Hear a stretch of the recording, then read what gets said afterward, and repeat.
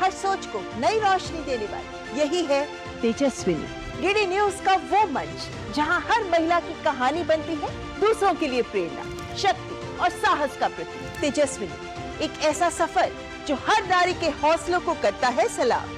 महिलाओं पर केंद्रित देश का सबसे लंबे समय तक चलने वाला कार्यक्रम तेजस्विनी, वही जज्बा, वही जुनून, नई उम्मीदों और नई कहानियों के साथ। तेजस्विनी हर रविवार दोपहर 3:30 बजे सिर्फ डीडी न्यूज पर।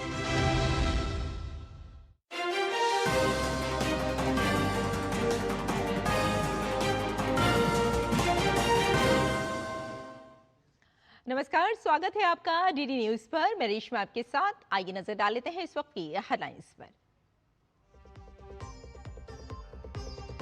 गृह मंत्री अमित शाह का उत्तराखंड दौरे का दूसरा दिन। हरिद्वार में विभिन्न कार्यक्रमों में होंगे शामिल। Patanjali emergency and critical care hospital का करेंगे उद्घाटन।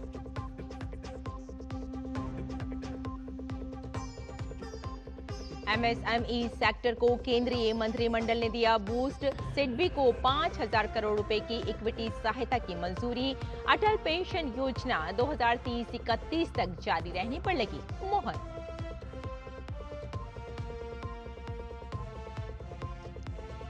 दावोस में केंद्रीय मंत्री अश्विनी वैष्णव ने कहा, भारत को पूरी दुनिया एक भरोसेमंद वैल्यू चेन पार्टनर के रूप में रही है देख। साथ ही कहा, जल्द ही भारत बनेगी दुनिया की तीसरी सबसे बड़ी अर्थव्यवस्था।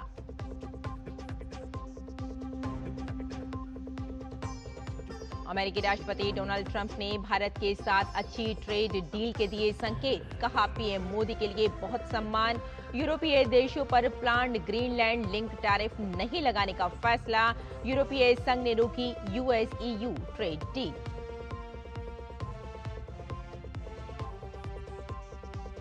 और भारत ने न्यूजीलैंड को पहले टी20 में 48 रन से हराया। 5 मैच की सीरीज में भारत ने ली 1-0 की बढ़त।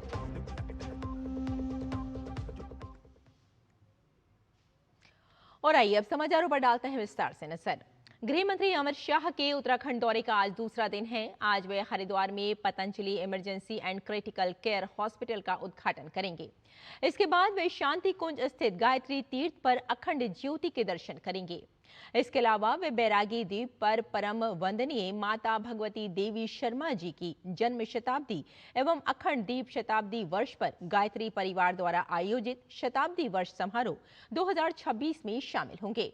दौरे के पहले दिन गृह मंत्री अमित शाह ने उत्तराखंड के ऋषिकेश में गीता भवन स्वर्गाश्रम में गीता प्रेस द्वारा प्रकाशित मासिक पत्रिका कल्याण के शताब्दी अंक के विमोचन समारोह में हिस्सा लिया। इस मौके पर अमित शाह ने गीता प्रेस के योगदान की सराहना की। गृह मंत्री के मुताबिक भारतीय संस्कृति और सनातन धर्म के प्रचार प्रसार में गीता प्रेस की भूमिका ऐतिहासिक रही है। भारत का हर वो व्यक्ति जिसको सनातन धर्म से आकांक्षा है, दुनिया का हर जो व्यक्ति जो भारतीय संस्कृति की ओर दुनिया की समस्याओं के समाधान के लिए देख रहा है, और हर वो व्यक्ति जो इस भूमि को प्यार करता है, वो गीता प्रेस से अनजान हो ही नहीं सकता। गीता प्रेस ने अपना ये स्थान निश्चित किया। प्रधानमंत्री नरेंद्र मोदी की अध्यक्षता में केंद्रीय मंत्रिमंडल ने भारतीय लघु उद्योग विकास बैंक यानी सिडबी को 5,000 करोड़ रुपए की इक्विटी सहायता को मंजूरी दे दी है। ये 5,000 करोड़ रुपए की इक्विटी पूंजी वित्त सेवा विभाग द्वारा 3 चरण में निवेश की जाएगी। इसमें वित्तीय वर्ष 2025-26 में 3,000 करोड़ रुपए का निवेश किया जाएगा। इसके बाद वित्तीय वर्ष 2026-27 और 2027-28 में 1,000 करोड़ रुपए की राशि संबंधित पूर्ववर्ती वित्तीय वर्ष की 31 मार्च की बुक वैल्यू पर निवेश की जाएगी। 5,000 करोड़ रुपए की इक्विटी पूंजी निवेश के बाद 2028 के अंत तक लगभग 25.74 लाख नए एमएसएमई लाभार्थी जोड़े जाने होने की उम्मीद है। एमएसएमई मंत्रालय की आधिकारिक वेबसाइट से उपलब्ध नवीनतम आंकड़ों के अनुसार 6.90 करोड़ एमएसएमई द्वारा कुल 30 करोड़ से ज्यादा लोगों को रोजगार प्रदान किया गया। इस औसत को ध्यान में रखते हुए वित्तीय वर्ष 2027-28 के अंत तक अनुमानित 25.74 लाख नए MSME लाभार्थियों के जुड़ने से लगभग 1.12 करोड़ नए रोजगार के सृजन का अनुमान है। इसके साथ ही केंद्रीय मंत्रिमंडल ने अटल पेंशन योजना को जारी रखने, प्रचार और विकासात्मक गतिविधियों के लिए वित्तीय सहायता को 2030-31 तक बढ़ाने को मंजूरी दी, जिसके जरिए लाखों निम्न आय वर्ग और असंगठित क्षेत्र के श्रमिकों के लिए वृद्धावस्था आय सुरक्षा सुनिश्चित करने का सरकार का लक्ष्य है। आपको यहां बता दें कि असंगठित क्षेत्र के श्रमिकों को वृद्धावस्था आय सुरक्षा प्रदान करने के उद्देश्य से APY को 9 मई 2015 को शुरू किया गया था। APY 60 वर्ष की आयु से शुरू होकर अंशदान के आधार पर प्रति माह 1,000 रुपए से 5,000 रुपए तक गारंटीकृत न्यूनतम पेंशन प्रदान करता है। और दावोस में चल रहे वर्ल्ड इकोनॉमिक फोरम के दौरान केंद्रीय मंत्री अश्विनी वैष्णव ने कहा कि आज भारत को पूरी दुनिया एक भरोसेमंद वैल्यू चेन पार्टनर के रूप में देख रही है। उन्होंने कहा कि वैश्विक स्तर पर जब अनिश्चितता और उथल-पुथल का माहौल है, तब भारत एक स्थिर, सशक्त और जीवंत लोकतंत्र के साथ टिकाऊ आर्थिक वृद्धि वाला देश बनकर उभरा है। अश्विनी वैष्णव ने बताया कि दावोस में निवेशकों और वैश्विक पैनलों के साथ हुई बैठकों में भारत को ब्राइट स्पॉट कहा जा रहा है। निवेशक भारत को सुरक्षित और भरोसेमंद निवेश गंतव्य मान रहे हैं। Today, the entire semiconductor industry believes that India is the most important trusted value chain partner, right? So that feeling, that positioning of the country is very important for us in resilience, in managing the turbulence that we see. और Switzerland के Davos में चल रहे विश्व आर्थिक मंच पर भारत ने अपनी जोरदार उपस्थिति दर्ज करा रहा है।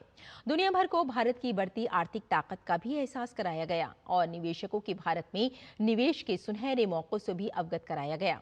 दावोस में आयोजित एक सत्र में केंद्रीय मंत्री अश्विनी वैष्णव ने कहा कि भारत दुनिया की तीसरी सबसे बड़ी अर्थव्यवस्था बनने जा रहा है और देश की अर्थव्यवस्था अगले 5 वर्ष में 6 से 8% की दर से आगे बढ़ेगी। पेश है एक रिपोर्ट। स्विट्जरलैंड के दावोस में चल रहे विश्व आर्थिक मंच से भारत की आर्थिक ताकत और निवेश क्षमता की गूंज सुनाई दे रही है। इस दौरान आयोजित एक कार्यक्रम में केंद्रीय मंत्री अश्विनी वैष्णव ने भरोसा जताते हुए कहा कि आने वाले समय में भारत दुनिया की तीसरी सबसे बड़ी अर्थव्यवस्था बनेगा। उन्होंने कहा कि अगले 5 वर्षों में भारत की अर्थव्यवस्था 6 से 8% की दर से आगे बढ़ेगी। India will become the third largest economy in the coming few years itself. It's not a question of will it become. It's certainly, that's a certainty that will happen. It's a question of within next few years, we will definitely become the third largest economy. What's working very well is the last decade of very transformational change which has happened in our country, and it's a very well thought through, well defined and very focused execution. It's built on 4 pillars: the pillar of public investment in physical, digital and social infra, the pillar of making sure that the entire society grows along with the growth of the country, so very inclusive growth. Third, the pillar of manufacturing and innovation. Fourth, the pillar of simplification.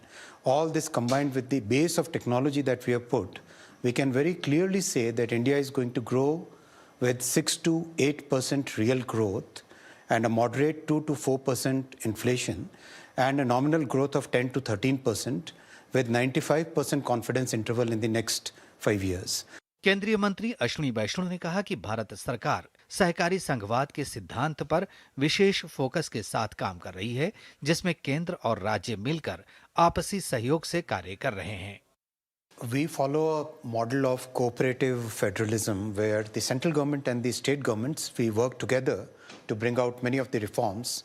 And some of the reforms which are happening in Maharashtra, in Andhra Pradesh, in Odisha, many of these reforms are now becoming the template for other states to follow. And the labor reforms implementation is a major step. GST simplification, labor reforms, opening the nuclear energy sector to private sector, and reforms in practically every sector.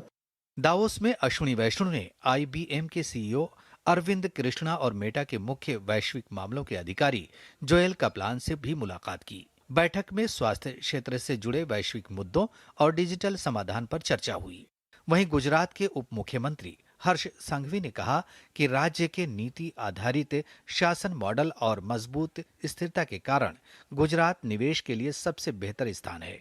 मुख्यमंत्री देवेंद्र फडणवीस ने Mumbai 3.0 smart city परियोजना की घोषणा की। रायगढ़ के pen क्षेत्र में बनने वाली इस स्मार्ट सिटी के लिए 5 वैश्विक कंपनियों के साथ MOU पर हस्ताक्षर हुए।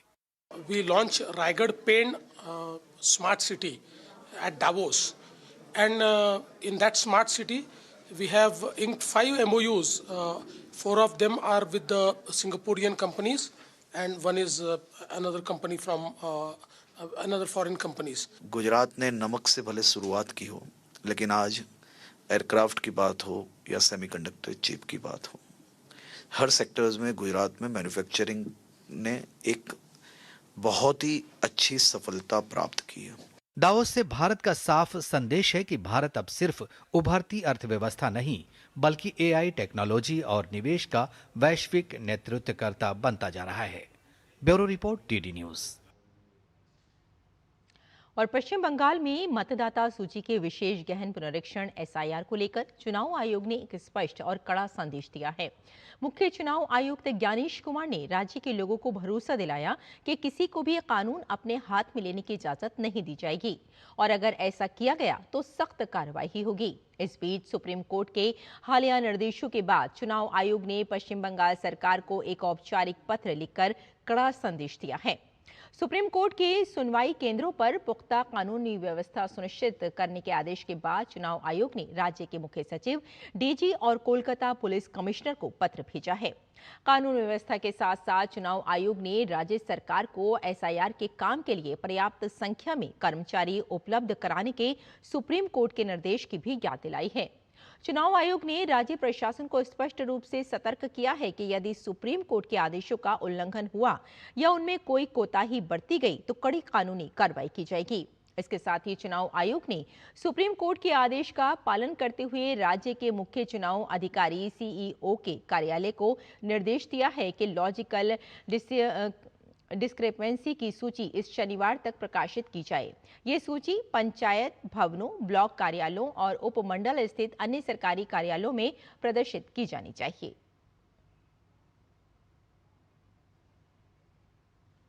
और उत्तर पश्चिम भारत में आज एक शक्तिशाली पश्चिमी विक्षोभ ने दस्तक दे दी है, जिसमें मौसम का मिजाज पूरी तरह बदलने की संभावना है। मौसम विभाग ने आज और आने वाले कल के लिए इन इलाकों में भारी बारिश और बर्फबारी का अलर्ट जारी किया है। पहाड़ों पर हो रही इस हलचल का सबसे ज्यादा असर जम्मू कश्मीर, लद्दाख और हिमाचल प्रदेश में देखने को मिल रहा है। मौसम विभाग के मुताबिक हिमालयी क्षेत्रों में आज मध्यम से लेकर भारी बर्फबारी होने की पूरी आशंका है। इसका सीधा असर दिल्ली NCR समेत उत्तर भारत के तमाम मैदानी इलाकों पर भी पड़ रहा है। मैदानी राज्यों में आज हल्की से मध्यम बारिश होने के साथ साथ ठंड बढ़ने के आसार हैं। कई जगहों पर ओलावृष्टि और बिजली गिरने की भी गंभीर चेतावनी दी गई है। खराब मौसम के दौरान मैदानों में तेज रफ्तार से ठंडी हवाएं चलने का अनुमान है। प्रशासन ने पर्यटकों को फिलहाल ऊंचाई वाले बर्फबारी वाले इलाकों में न जाने की सलाह दी है। ये पश्चिमी विक्षोभ कल यानी 23 जनवरी तक पूरे क्षेत्र में सक्रिय रहने वाला है।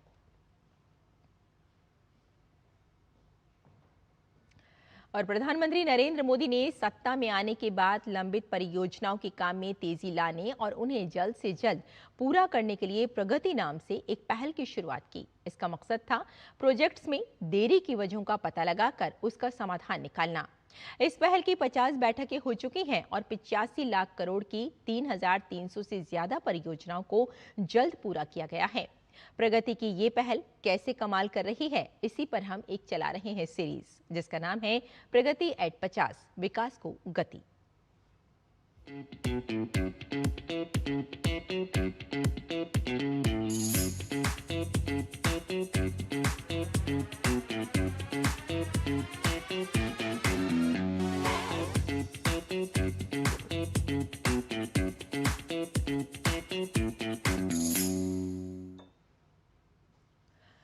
एम्स नागपुर, जो अब विदर्भ और नागपुर का सबसे बड़ा स्वास्थ्य केंद्र बन चुका है, प्रधानमंत्री मोदी के नेतृत्व में प्रगति पोर्टल से मिली गति के कारण समय पर पूरा हुआ। 1577 करोड़ रुपए की लागत से शुरू हुआ यह अस्पताल अब 25 लाख से अधिक मरीजों का इलाज कर चुका है और मध्य भारत में कई अत्याधुनिक सुविधाएं प्रदान कर रहा है। देखिए हमारी ये खास रिपोर्ट। महाराष्ट्र के विदर्भ और नागपुर के लिए एम्स बस एक सपना था, जो अब हकीकत बन चुका है। अखिल भारतीय आयुर्विज्ञान संस्थान एम्स नागपुर आज पूर्वी महाराष्ट्र का सबसे बड़ा स्वास्थ्य केंद्र बनकर उभरा है। पूर्वी महाराष्ट्र और विदर्भ के लिए स्वास्थ्य सेवाओं में एक ऐतिहासिक बदलाव लाने वाला एम्स नागपुर आज क्षेत्रीय चिकित्सा का मजबूत स्तंभ बन चुका है। इस अस्पताल की वजह से प्रदेश के लोगों को अब बेहतरीन स्वास्थ्य सुविधाएं मिल रही हैं। एम्स नागपुर को समय पर पूरा कराने में पीएम मोदी के नेतृत्व वाले प्रगति पोर्टल की अहम भूमिका रही है। इस महत्वाकांक्षी परियोजना की शुरुआत 7 अक्टूबर 2015 को हुई थी, जिसकी लागत थी 1577 करोड़ रुपए। लेकिन निर्माण के दौरान ड्रेनेज सिस्टम स्थानांतरण जैसी कई बड़ी चुनौतियां सामने आईं। ऐसे में परियोजना को गति मिली प्रधानमंत्री के नेतृत्व में प्रगति पोर्टल से, जहां नियमित समीक्षा, विभागीय समन्वय और त्वरित निर्णयों के चलते अटकी हुई प्रक्रियाएं तेजी से आगे बढ़ीं। In 2015, with approved cost of rupees 1,577 crore rupees, continuous monitoring by the Pragati portal helped to resolve any challenges and complete the project within time.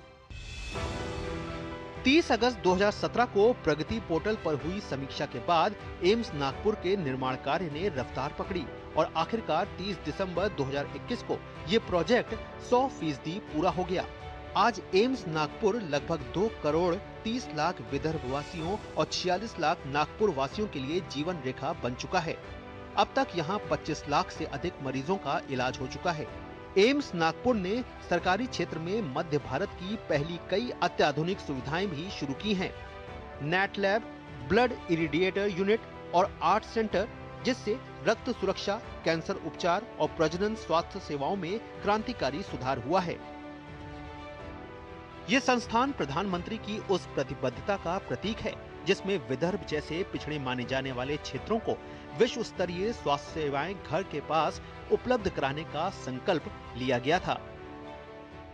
मेरी हालत बहुत ज्यादा खराब हो गई थी, तो हमको एम्स के बारे में पता चला, तो मैं यहाँ पे भर्ती हुई। 2 साल हो गया मुझे एम्स में भर्ती हुए और यहाँ के सर मैम, जो भी इंचार्ज स्टाफ है, सब बहुत मेहनत की है मेरे पीछे। प्रगति पोर्टल के प्रभावी निगरानी मॉडल से न केवल एम्स नागपुर समय पर पूरा हुआ, बल्कि ये आज लाखों लोगों के जीवन में उम्मीद की किरण बन चुका है।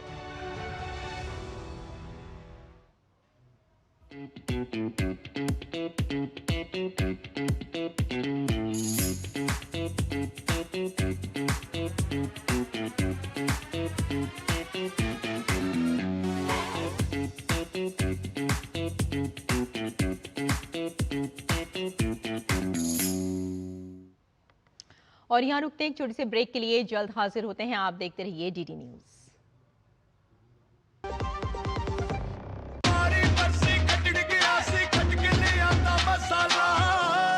केड़ा मसाला होए? छोलिए दा या लोबिए दा? पंजाबी छोले दा या पिंडी चने दा?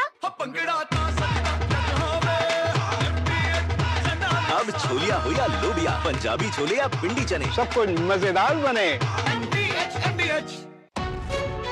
विभाग अनेक, कंप्लेंट बॉक्स 1। किसी भी सरकारी दफ्तर, विभाग या बैंक से जुड़ी शिकायत के लिए pgportal.gov.in पर जाएं, रजिस्टर करें, संबंधित विभाग चुनें, शिकायत दर्ज करें और ट्रैकिंग आईडी नोट करें। एसएमएस या ईमेल पर एक्नॉलेजमेंट पाएं और शिकायत का जवाब सीधे मंत्रालय से प्राप्त करें। अब तक 1 करोड़ 12 लाख से अधिक भारतीयों ने भरोसा जताया। सीपी ग्राम्स, आपकी हर शिकायत का हल। अभी शिकायत दर्ज करें pgportal.gov.in।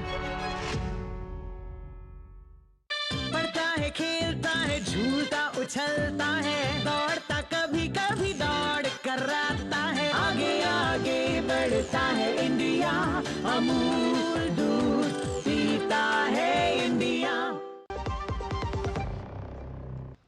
ब्रेक के बाद एक बार फिर आपका स्वागत। आइए आगे बढ़ते हैं। वंदे मातरम के उद्घोष के साथ मातृभूमि की स्वतंत्रता के लिए अपने प्राणों की आहुति देने वाले काकोरी ट्रेन एक्शन के महानायक ठाकुर रोशन सिंह की आज जयंती है।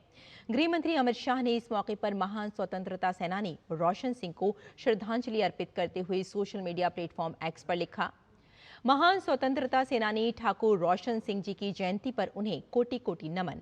अपने शौर्य और साहस से अंग्रेजी हुकूमत की नींव हिलाने वाले ठाकुर रोशन सिंह जी ने युवाओं को संगठित कर सशस्त्र क्रांति के लिए प्रेरित किया। काकोरी ट्रेन एक्शन के माध्यम से उन्होंने देश के संसाधनों की लूट के विरुद्ध मुहिम शुरू की। वंदे मातरम का जयघोष करते हुए अपने प्राणों को न्योछावर कर देने वाले रोशन सिंह जी हर एक देशवासी के लिए राष्ट्र रक्षा की प्रेरणा है। और 22 जनवरी 2015 से शुरू हुई मुहिम बेटी बचाओ बेटी पढ़ाओ को आज 11 साल हो गए। इन 11 साल में इसके तहत चल रही योजना बेमिसाल काम कर रही है। देखिए डीडी न्यूज की संवाददाता डॉक्टर सुयश शर्मा की ये रिपोर्ट।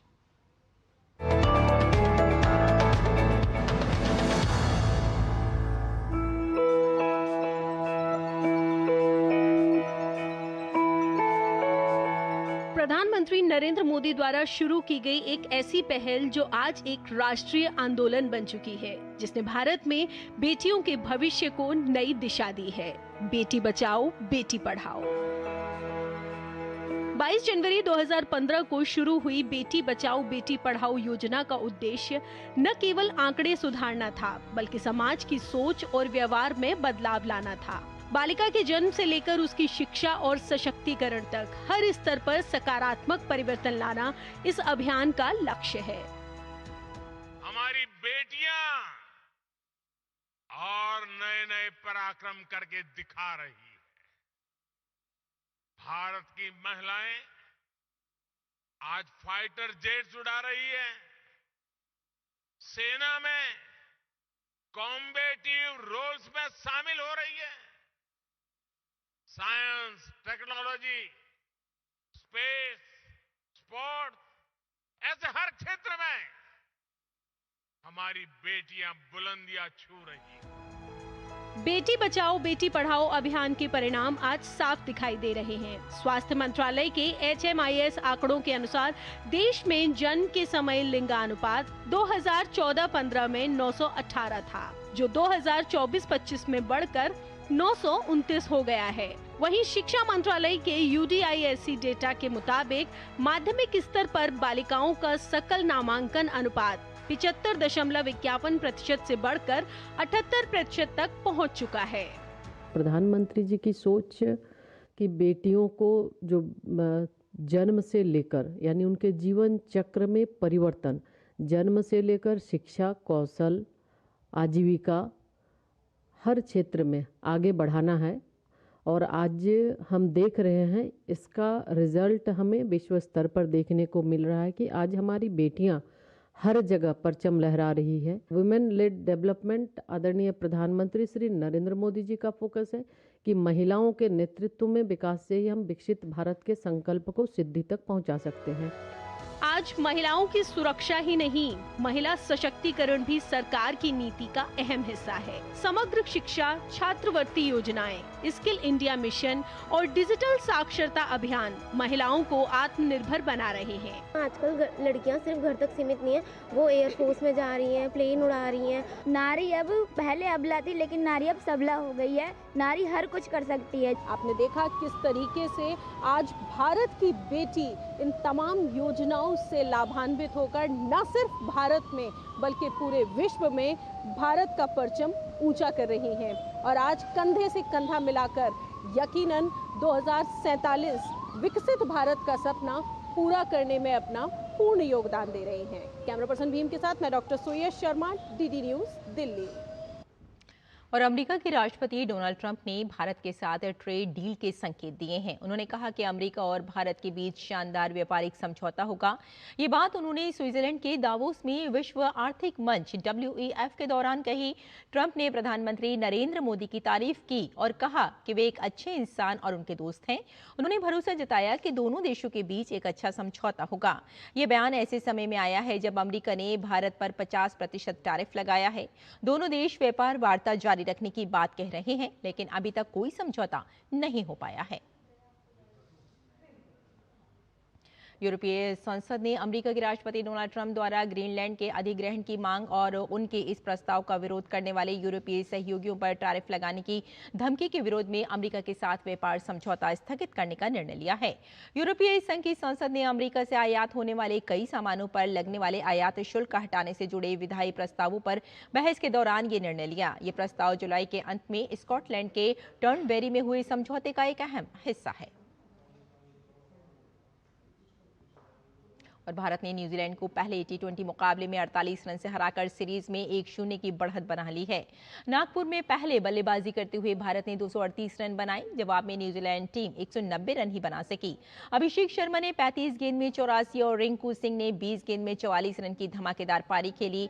वहीं वरुण चक्रवर्ती और शिवम दुबे को 2-2 विकेट मिले। न्यूजीलैंड से जैकब डफी और काइल जामिसन ने 2-2 विकेट लिए। बल्लेबाजी में न्यूजीलैंड टीम से ग्लेन फिलिप्स ने 78 और मार्क चापमन ने 39 रन बनाए। दूसरा T20 रायपुर में 23 जनवरी को खेला जाएगा। और लद्दाख की जमा देने वाली ठंड के बीच खेलो इंडिया विंटर गेम्स 2026 के मुकाबलों में रोमांच बढ़ता जा रहा है। खेलो इंडिया विंटर गेम्स लेह की 0 से नीचे तापमान वाली परिस्थितियों में तीसरे दिन में प्रवेश कर चुका है। आज एथलीट्स आइस हॉकी के ग्रुप मुकाबलों में हिस्सा लेंगे, जबकि शॉर्ट ट्रैक और लॉन्ग ट्रैक स्पीड स्केटिंग की शुरुआत NDS स्टेडियम और गुपुक झील में होगी।